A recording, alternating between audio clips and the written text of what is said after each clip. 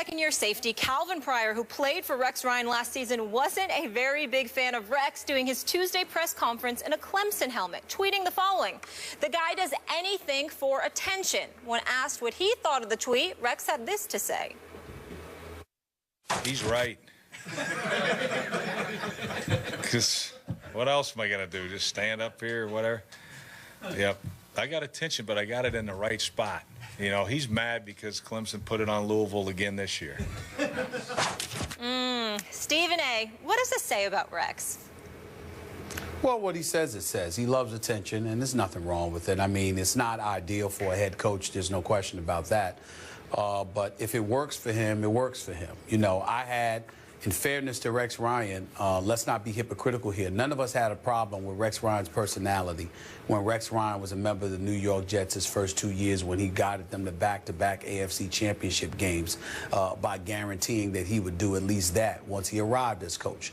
The problem is 4 years followed: an 8-8 season, a 6-10 season, an 8-8 season, and then the abysmal 4-12 season where Rex Ryan admitted to us to our face that he deserved to be fired. So when you look at it from that perspective, and then you look at some of the troubles that they've had this year, they're on the outside looking in right now. They're behind the Jets and the New England Patriots in the division. You know, you got Cincinnati and Indianapolis and Denver that are going to win their divisions. And then you've got the Oakland Raiders that are going to be relevant in the playoff picture, the Pittsburgh Steelers as well. So, you know, Buffalo's on the outside looking in. He walked in there guaranteeing some things again. I think the problem with Rex Ryan is that Rex Ryan is coming across as an individual that uses headlines to disguise his ineptitude. And that's what this comes down to. Again, when he's winning, you can never say that about him. I definitely think he's a brilliant defensive mind, but their defense right now ranks 16th overall. They rank 24th against the pass. That's not numbers that we've come to know as being associated with Rex Ryan. And so, you know, you understand it. You understand it's a part of his personality. You want to encourage people to be themselves, Skip, but at the same time, somewhere along the way, you've got to get the job done. And when you look at Rex Ryan, he's created a buzz and interest in the Buffalo Bills.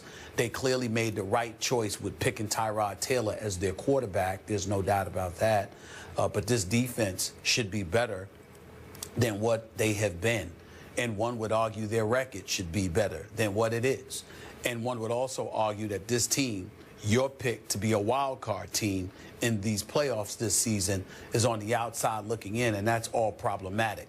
So if you're going to bring attention to yourself, there's nothing wrong with that, Rex Ryan. But you need to bring the results first. Otherwise, all you are is a sideshow.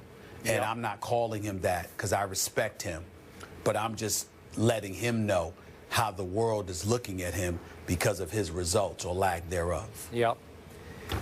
I did pick Rex's team to win a wild card this year, and I do love me some Rex in general. But I got to tell you, I did not love him wearing that Clemson helmet.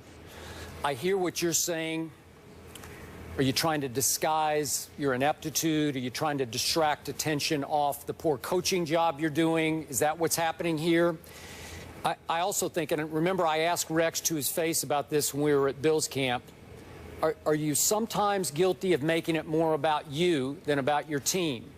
Is it productive showmanship on your part to create buzz around the Buffalo area, or is it just flat-out egomania on your part? Have you gone over the edge into Rex Ryan, superstar coach, even though you don't have the credentials to back it up? You're certainly one of the most recognizable coaches in the National Football League. You're certainly one of the most talked about coaches. Why is that? Because you'll wear a Clemson helmet to a press conference.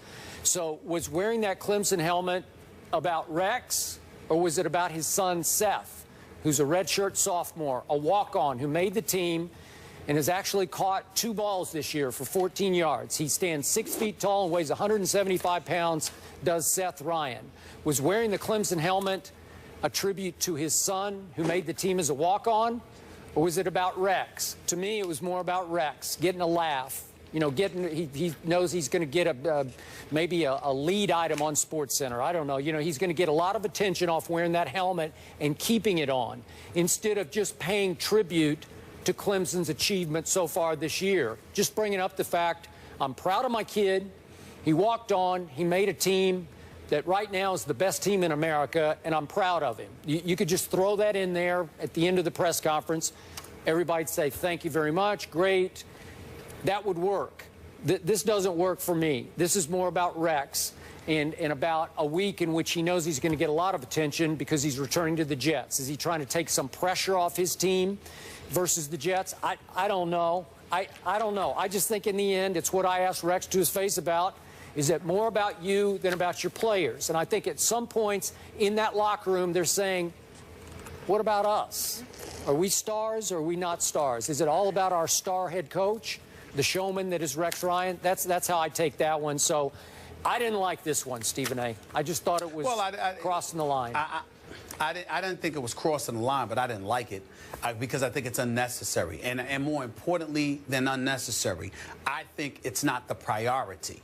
You see, I think the priority should be having your team ready to rumble. I think if Rex wants to bring attention to himself, Rex could bring attention to himself by rolling up at a press conference and announcing we're going to come at it, by guaranteeing a win, by telling you we don't give a damn who this team is, we're going to go for it. He can bring attention to himself that way. You know, there are ways to do it in a fashion that, although it might be unadvisable in some people's eyes, you can understand it because if you're a Rough Rider, that's how you want people to know you're coming at your business. It's just that simple. And so there's no harm in that. And I can also understand and appreciate it because what he wants is he wants the world watching his team and he wants the world watching him. It interests him. It ignites him. It sparks him, supposedly. The problem is that you have 4 years in which all of that bluster amounted to absolutely nothing. 4 consecutive years as the head coach that you were out. You were out of the playoffs looking in. And by the way, speaking about that, maybe we need to think about something here, whether it's nepotism, favoritism, or whatever the case may be, because how do you have, in the last 4 years of your career, of your coaching career in New York, you've got 2 8-8 seasons, sandwiching 1 6-10 season, and then ending your tenure on a 4-12 record. And within 2 weeks, before you have a chance virtually to pass gas, you literally land a $5 million a year contract. I mean, him and Andy Reid, who I love. You know how I feel about Andy Reid. But I just find it amazing that guys, so many of these guys, the Pep Hamiltons and others of the world can't even get a chance. But you got guys who were losing, who were on the outside looking in, who were regressing in terms of their level of productivity as a coach. And they literally leave a job. And before they have an opportunity to pick up the phone and call their family to inform them that they're unemployed, they already got another job, and it's giving them $5 million a year. I find that very interesting. I do too. Now, again, back to Pep Hamilton, he got scapegoated. That was as unfair a firing as I've ever seen, and it really set him back in his, his path up to become a head coach. God bless him. But back to Rex. Look, the Bills. Okay, you're hiring, we all acknowledge, one of the best defensive minds, if not the best defensive mind in pro football. So you got that going for you. And you like the showmanship. You like the buzz he creates in an area that has had no buzz of late. And then you like the mind games he plays with opponents because now he's playing one with the Jets. He's saying, you know what, I don't even care about the Jets game. I have circled only the Patriots game at Foxborough down the road. You know, that's the only one I care about. Well, is that going to work? A little gamesmanship? I don't know. But that's what people like Rex for. I agree. I also There's no doubt about it. If the coaching thing doesn't work out, he certainly has a future in PR. I mean, he can manipulate the media better than anybody and stay relevant, and maybe that's helped him a little bit, to your point. I know the coaching pedigree and what a great defensive mind, but staying relevant. I think that's worn out. I think that years ago it was far more effective when he was winning football games. Now it doesn't work on us because we're able to turn around and look at your team and say, wait a minute, it ain't what you said it was going to be. It wasn't that way for the last 4 years when you were with the New York Jets. You came to Buffalo, you talked about the talent that you have and how confident you were. And not only that, you don't have the problem you had in New York with Geno Smith or Mark Sanchez before him as your quarterback. Now Tyrod Taylor actually looks impressive. You look at his numbers. I mean, Skip the Deuce completing about 70% of his passes. Love him. The turnovers. I mean, he's getting the job done. So really, If that's the case, then what's your problem, Rex Ryan? Because your offense isn't too shabby. Your defense is the problem, and that is supposed to be where your level of expertise lies. It's the very reason you got a head coaching job. But the defense right now is suspect. So I think it's worn thin with a lot of us. We look at Rex Ryan. I mean, what's not? But You got to respect we're talking about him. We're talking about him more than Belichick, Marvin Lewis, Ron Rivera, the undefeated coaches. So he is winning in that sense.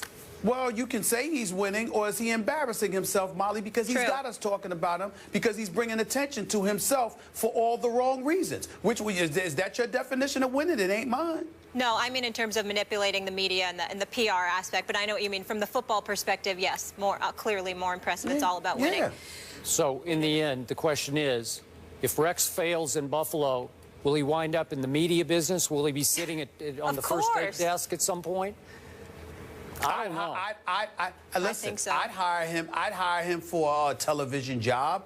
But the point is that unlike other folks who may have elected to be in this business, in a roundabout way, he's forced to, if that happens, because it would be entirely premature. This is only his second head coaching job. I look at a guy like Brian Billick, Skip Bayless. I don't understand for the life of me. He coached 9 years. He's a Super Bowl champion. And somehow, some way, he hasn't gotten a head coaching job. But you got the Rex Ryans and Andy Reids of the world, who I respect, by the way. But they never won a Super Bowl, and his job offers come. I mean, it's about who you know.